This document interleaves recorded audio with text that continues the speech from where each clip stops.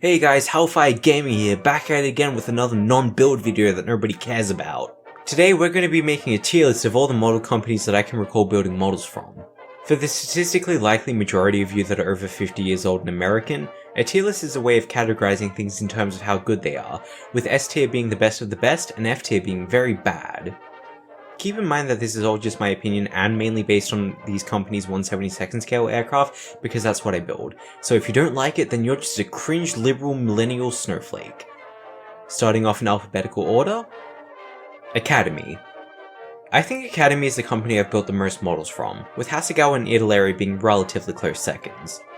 They have a long and storied history, a lot of it involving cloning kits from other manufacturers, such as the A10 which is pretty much identical to Hasegawa's but with recessed panel lines. As far as their original toolings go, they're alright. They're generally priced quite well and at worst are simply good enough, with kits such as the F-35 being quite nice. However, they haven't reissued their really nice looking 1/72nd scale F-16 CG/CJ in over a decade, whilst trying to pass off this travesty of a kit as an F-16A, which puts them squarely in F tier for me. Airfix.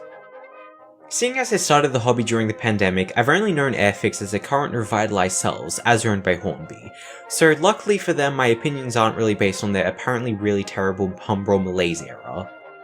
They're a pretty consistent manufacturer, with their characteristically trenchy panel lines and flat cockpits, or before this year anyways, because their new Chinook actually does look quite nice. However, they seem to really have a vendetta against fighter jets that aren't British for some reason.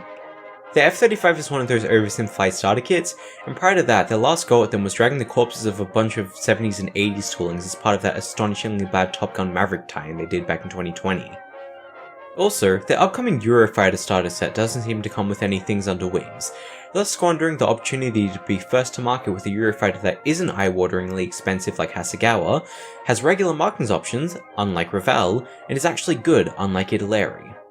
While I do understand that they may want to distance themselves from the general concept of war, one does have to ask themselves, what else would one do with a high-performance jet fighter? As such, it's an easy F tier for me. Bronco. I've only built their J20 and it fucking sucked, F tier. CC Lee/CCXF.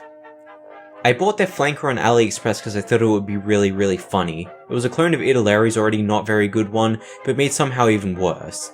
It was not in fact really funny. F tier. Eduard. I've only built their Spitfire Mark 8 and have been meaning to get their MiG-21 for ages. Spitfire was really nicely detailed if a tad over-engineered, and that seems to be the general sentiment for much of their kits really. Still, their range is limited and much of it doesn't interest me personally, therefore it sucks and deserves to be an F tier.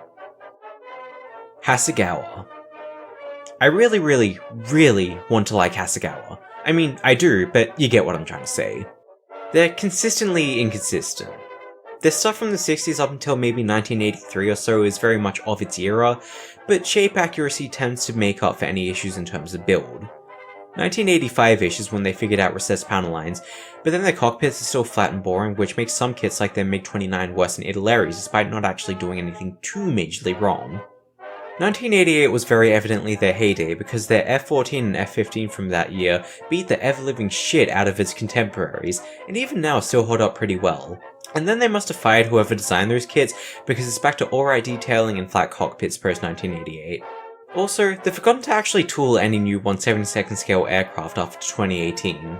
Add in the stupid weapon sets and the fact that they hate making money judging by how few shops actively stock their regular non-limited edition releases, as well as the fact that they've just been sitting on their only good F111 and 1/72nd scale instead of filling a gap in the market like a normal company, and it's an easy F tier. Hobby Boss, Bobby Hoss. The most defining part of their 1/72nd scale output are their easy assembly kits. I built a few of them, but they just make me wish I was building a normal kit instead. They have a few jets such as the Eurofighter and the F-18 that don't say that they're easy assembly, but they really are. Said kits also don't come with any things under wings, but unlike Hasegawa, they don't even have the brains to sell those separately, the dumbasses. Even the honest-to-god normal kits aren't free from sin. Their F-22 is a shoddy clone of Italeri's one for some reason, and their A7s as well as some boxes of their F-14s have completely flat cockpits but no decals. I wish they were better, but alas, F tier. Italeri.